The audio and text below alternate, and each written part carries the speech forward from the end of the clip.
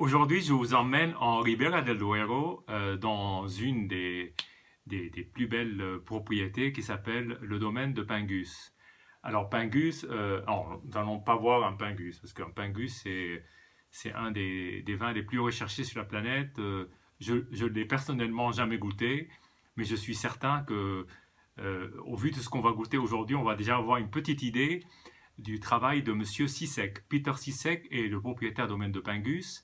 C'est un Danois qui s'est établi en Ribera del Duero et qui a voulu casser la façon avec laquelle on faisait le vin. C'est-à-dire que pour lui, euh, ce qu'il a vu, c'est que d'une part, il y a le travail de la vigne et de l'autre, il y a le travail en chai. Et il a voulu faire un projet complet et il a créé un projet qui s'appelle le projet Psy.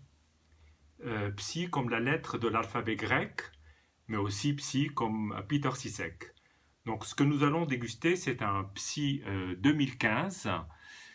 C'est ma troisième bouteille. Je les ai bu, j'en ai bu la dernière il y a 2 ans et celle d'avant au moment de sa sortie. Et je suis certain qu'aujourd'hui, il doit être parfaitement à point. Donc l'idée de Peter Sissek, c'est de travailler avec les vignerons qui possèdent les vignes pour les associer à un projet et faire un vin qui correspond à ce qui peut se faire de mieux sur les meilleures parcelles qui se trouvent dans cette région-là.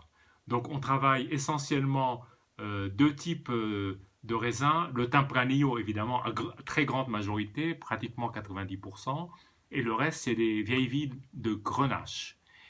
Et le bénéfice de ce fonctionnement, évidemment, va en partie aux vignerons qui sont partie prenante dans le projet.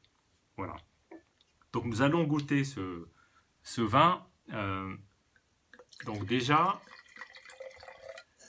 euh, c'est un, c'est un vin fait de la manière un peu traditionnelle de Ribera del Duero, mais pas forcément dans l'idée d'en faire un vin de réserve avec un, une vie dans les chais qui soit trop longue. Donc c'est un vin qui reste 18 mois, 2 ans maximum.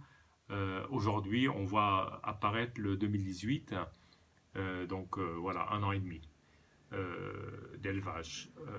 La robe est sombre et une belle teinte, je dirais une belle teinte pourpre avec des reflets légèrement orangés, voilà.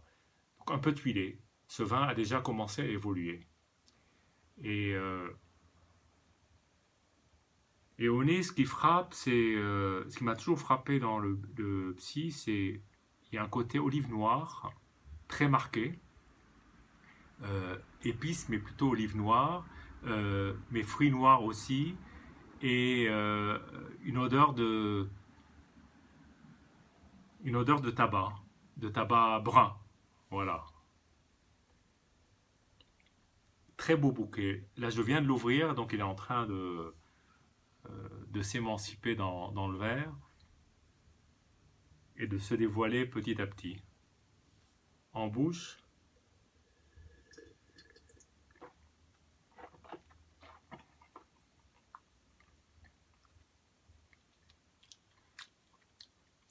Peter Sissek dit que pour le 2015, il a regretté d'avoir vendangé une semaine trop tard. Effectivement, on est sur un goût un peu surmaturé, un peu caramel. D'ailleurs, le caramel, on le sent presque au nez, mais là, l'impression de caramel est un peu plus forte, signe que le raisin était quand même un peu mûr. Et probablement en 2015, dans cette région, en septembre ou fin septembre, début octobre, il a dû faire une certaine chaleur. Il aurait peut-être valu, je ne sais pas, mais moi j'aime bien comme ça. J'aime bien ce type de vin. En plus, le grenache ressort plus même que 10%, on les sent là. On va un peu plus vers les rondes du sud. J'aime beaucoup ce vin.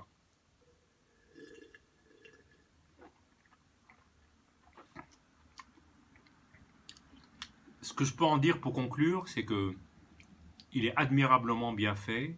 Là, on est sur des volumes 250 000 bouteilles. Donc, comment faire de la quantité, du volume, en atteignant une qualité et en faisant travailler 20 vignerons différents dans le cadre d'un projet totalement orchestré, organisé, avec un maître de chez et Peter Sisek à la tête de tout cela. Moi, je tire mon chapeau. C'est une super belle entreprise qui produit un résultat fantastique. Voilà. Moi, je suis ce vin depuis plusieurs années et je continuerai à le suivre millésime après millésime. Voilà. Santé, à bientôt.